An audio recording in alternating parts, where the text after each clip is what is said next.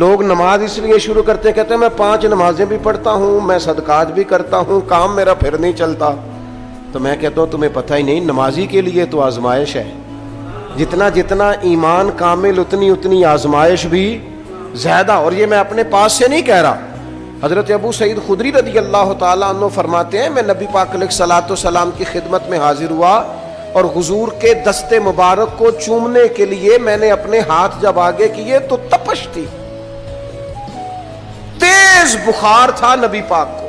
تو حضرت ابو سعید خدری رضی اللہ تعالیٰ عنہ ارشاد فرماتے ہیں کہ میں نے، یہ سنن ابن ماجہ میں موجود ہے، فرماتے میں نے عرض کیا یا رسول اللہ صلی اللہ علیہ وسلم اتنا تیز بخار؟ حضور فرمانے لگے ہم پر جو آزمائشیں آتی ہیں نا انبیاء پر، وہ عام لوگوں سے دگنا آتی ہیں. یہ تو لاڈلے ہیں، یہ تو محبوب ہیں اللہ کے. فرمایا عام لوگوں سے دگنی آزمائش آتی ہے، لیکن فرمایا ہمارا رب بڑا کریم ہے، ہمیں اجر بھی ڈبل ہی عطا کرتا ہے، ہمیں اجر بھی ڈبل ہی عطا کرتا ہے. تو حضرت ابو سعید خدری کہتے ہیں موقع اچھا تھا، میں نے ایک سوال بھی کر دیا. میں نے کہا یا رسول اللہ صلی اللہ علیہ وسلم بتائیے نا بھلا دنیا میں زیادہ آزمائشیں کن کو آتی ہیں؟ تو حضور فرمانے لگے سب سے زیادہ آزمائشیں اللہ کے انبیاء کو آتی ہیں، نبیوں کو آتی ہیں. حضور اس کے بعد فرمایا اس کے بعد جو ان کے زیادہ قریب ہوتا ہے اسے آتی ہے. لوگ کیا سمجھیں گے امام حسن کی آزمائش کو؟ لوگ کیسے سمجھیں گے سیدنا امام حسین کی آزمائش کو؟ فرمایا جو ان کے زیادہ قریب ہوتا ہے اسے زیادہ آزمائش آتی ہے. تو حضور کے سب سے قریب تو امام حسن ہے نا، امام حسین ہے نا. تو کیا سمجھتا ہے قربت بس نسبت کے اظہار کا نام ہے اور بڑے لطف کے ساتھ زندگی گزارنے کا نام ہے؟ تو نبی پاک علیہ الصلوۃ والسلام نے فرمایا بات بڑی مزے کی ہے. فرمایا پھر اللہ کے بعض بندے تو ایسے ہوتے ہیں جنہیں اللہ فقر میں مبتلا کر دیتا ہے. فرمایا ان کے پاس صرف ایک چادر رہ جاتی ہے، اتنا فقر ان کے پاس آتا ہے.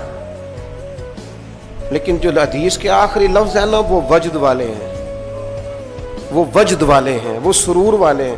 ہمارا یہ مزاج ہوتا ہے کہ میٹھا میٹھا کھا جاؤ اور ذرا کڑوا آ جائے تو سویرے بھی رو شام بھی رو، حال ہی کوئی نہیں، غریبی بڑی، پریشانی بڑی، حضرت صاحب گھر سے بیماری جاتی نہیں. اور جناب کیا بتائیں، بعض لوگ تو ایسے ہیں جن کی بات سن کے لگتا ہے زندگی میں کبھی سوئے ہی نہیں، اتنے بڑے بڑے دکھ سناتے ہیں. او خدا کی رحمت کا بھی تو ذکر کرنا، خدا نے جو تیرے اوپر انعامات کیے ان کا بھی تو ذکر کرنا.